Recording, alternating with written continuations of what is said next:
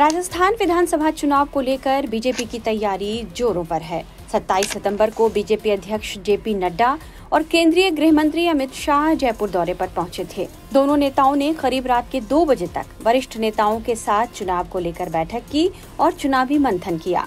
इस बीच कुछ ऐसा हुआ जिसने राजस्थान की राजनीति का सियासी पारा चढ़ा दिया और चर्चा गर्म हो गई कि क्या सांसद दिया कुमारी इस चुनाव में बड़ी जिम्मेदारी निभाने जा रही हैं। क्या पार्टी नेतृत्व का भरोसा उन पर इतना अधिक कायम हुआ है कि वे राजस्थान बीजेपी में पार्टी का बहुत बड़ा चेहरा बनकर उभरने वाली हैं। ऐसा इसलिए कहा जा रहा है क्योंकि जयपुर में हुई बीजेपी की उच्च स्तरीय बैठक में अमित शाह और जेपी नड्डा ने सभी बड़े नेताओं के सामने सांसद दिया कुमारी को अलग से बुलाकर 20 मिनट तक विधानसभा चुनाव के बारे में चर्चा की।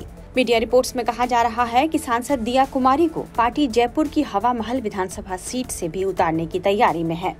ऐसा पहली बार नहीं है जब इस चुनाव में सांसद दिया कुमारी को पार्टी में इतनी तवज्जो मिल रही है।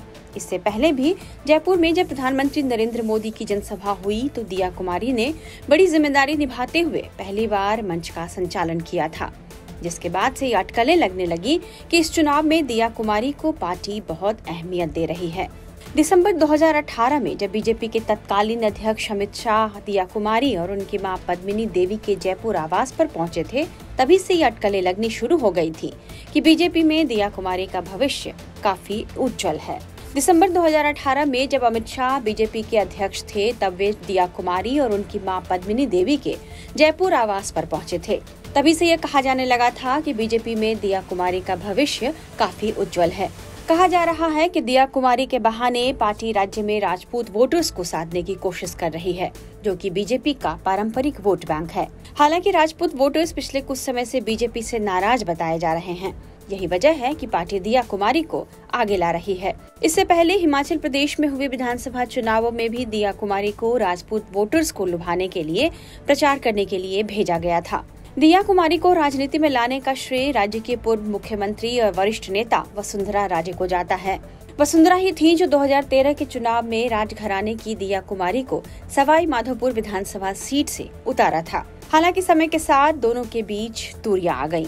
राजघराना बनाम राज्य सरकार के बीच का संपत्ति विवाद में दोनों महारानियां आमने सामने आ गईं। 2018 में वसुंधरा ने दिया कुमारी का टिकट काट दिया और कहा जाता है तभी से दोनों के रिश्तों में दूरियां आनी शुरू हो गई।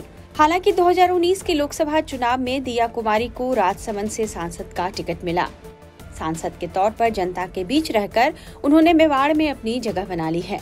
राजस्थान की राजनीति में यह माना जाता है कि जो मेवाड़ जीत लेता है, राजस्थान पर उसकी जीत हो जाती है। कहा जा रहा है कि राजसमंद की सांसद के तौर पर दिया कुमारी ने क्षेत्र में अपनी मजबूत पकड़ और पहचान बना ली है। वे हिंदुत्व और राष्ट्रवाद पर भी खुलकर बोलने की वजह से पार्टी नेतृत्व की पसंद बनती जा रही हैं। यही वजह है कि दिया कुमारी को इस चुनाव में काफी तवज्जो मिल रही है। कहा यह भी जा रहा है कि पार्टी इस चुनाव में सीएम फेस के लिए एक नया चेहरा तलाश कर रही है और यह नया चेहरा दिया कुमारी भी हो सकती हैं। हालांकि पार्टी के लिए पूर्व मुख्यमंत्री वसुंधरा राजे को भी नजरअंदाज करना आसान नहीं होगा। 70 साल की वसुंधरा राजे के पास एक मजबूत समर्थक वर्ग है और पार्टी में उनके कई वफादार हैं। वे करीब 20 साल से राजस्थान की राजनीति में सक्रिय हैं और मुख्यमंत्री अशोक गहलोत के मुकाबले बीजेपी का सबसे बड़ा चेहरा हैं। वे 2 बार राज्य के मुख्यमंत्री भी रह चुकी हैं। साल 2003 के चुनाव से राजस्थान की सत्ता गहलोत और राजे के इर्द गिर्द ही घूमती रहती है। इसलिए बीजेपी में मुख्यमंत्री पद के लिए वे पार्टी का सबसे लोकप्रिय चेहरा अब भी बनी हुई हैं। हालांकि बीजेपी की टॉप लीडरशिप मुख्यमंत्री का चेहरा किसे बनाएगी, ये तो चुनाव नतीजे आने पर ही साफ हो सकेगा। लेकिन फिलहाल दिया कुमारी को मिल रही तवज्जो से राज्य की राजनीति में 2 महारानियों के बीच कड़ा मुकाबला दिख रहा है। टाइम्स नाउ नवभारत डिजिटल की रिपोर्ट।